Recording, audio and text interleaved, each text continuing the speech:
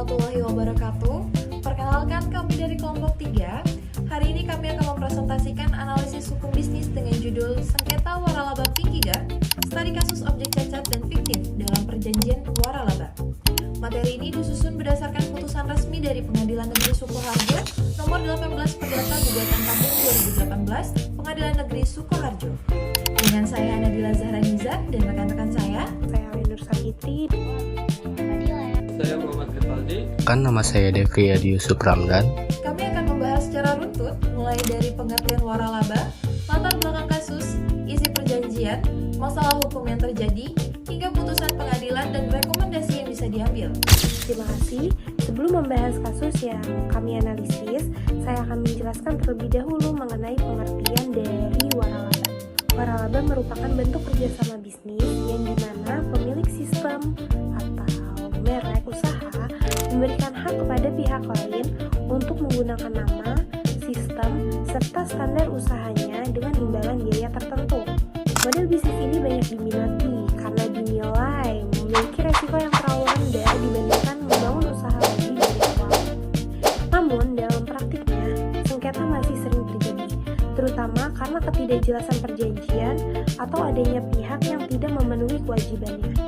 Nah, hal tersebut terlihat pada kasus yang kami bahas, di mana di dalam kasus ini ada seorang investor yang telah membayar dana investasi sebesar 125 juta secara penuh.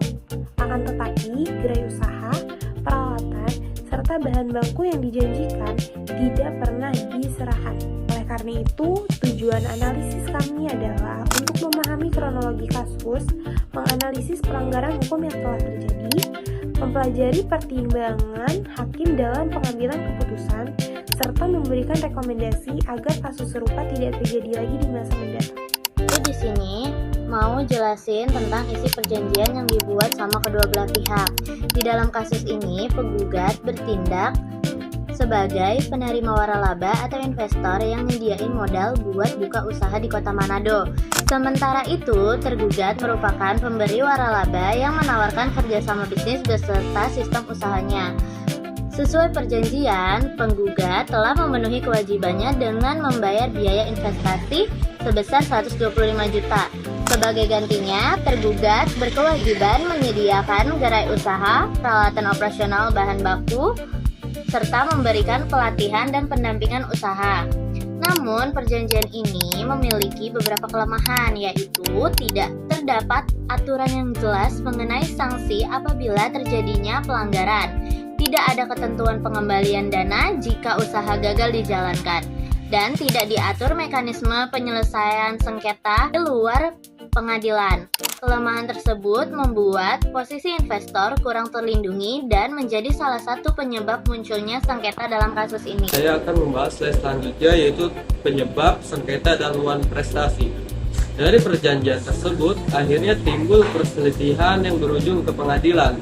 Penyebab utamanya adalah wan prestasi, yaitu kondisi di mana salah satu pihak tidak melaksanakan kewajiban yang telah disepakati dalam kontrak. Dalam kasus ini, bentuk wan prestasi yang dilakukan tergugat sangat nyata dan total. Setelah menerima dana penuh, tergugat tidak pernah mendirikan gerai usaha, tidak menyerahkan peralatan maupun bahan baku yang telah dijanjikan, dan bahkan memutus komunikasi serta mengabaikan teguran yang diberikan oleh pihak sebelahnya. Akibatnya, objek yang menjadi inti perjanjian tersebut menjadi tidak nyata atau bersifat fiktif. Hal ini juga menimbulkan dugaan adanya etikat tidak baik dari pihak pemberi waralaba, karena tidak ada niat sungguh-sungguh untuk menjalankan kerjasama sejak awal. Secara hukum, perjanjian dikatakan sah dan mengikat jika memenuhi syarat-syarat yang diatur dalam pasal 1320 Kitab Undang-Undang Hukum Perdata. Salah satu syarat utamanya adalah adanya suatu pokok persoalan tertentu atau objek yang jelas dan nyata. Dalam kasus ini, syarat tersebut tidak terpenuhi karena objek yang diperjualbelikan ternyata tidak ada dan bersifat fiktif. Selain itu, juga dilanggar asas hukum perjanjian yang disebut Pacta sunt servanda. yang berarti bahwa perjanjian yang dibuat secara sah berlaku sebagai undang-undang bagi para pihak yang membuatnya. Karena syarat sah perjanjian tidak terpenuhi dan terjadi pelanggaran, maka perjanjian tersebut dinyatakan cacat hukum dan tidak memiliki kekuatan mengikat sejak awal pembuatannya.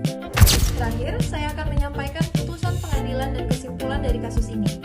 Setelah memeriksa bukti dan mendengar keterangan para pihak, Majelis Hakim memutuskan bahwa tergugat terbukti secara sah dan meyakinkan melakukan uang prestasi. Oleh karena itu, tergugat dihukum untuk mengembalikan seluruh dana investasi sebesar 125 juta rupiah beserta ganti rugi yang layak kepada penggugat. Dari kasus ini, kami merumuskan beberapa rekomendasi penting. Pertama, buatlah perjanjian yang rinci dan lengkap dengan klausul saksi dan pengembalian dana. Kedua, lakukan verifikasi legalitas izin usaha waralaba sebelum menandatangani kontrak.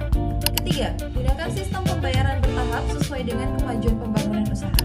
Kesimpulannya, kasus ini mengajarkan bahwa dalam berbisnis, kehati-hatian dan pemahaman hukum sangatlah penting. Perjanjian yang jelas dan adil adalah kunci untuk melindungi kedua belah pihak. Demikian presentasi yang dapat kami sampaikan. Terima kasih atas perhatiannya. Wassalamualaikum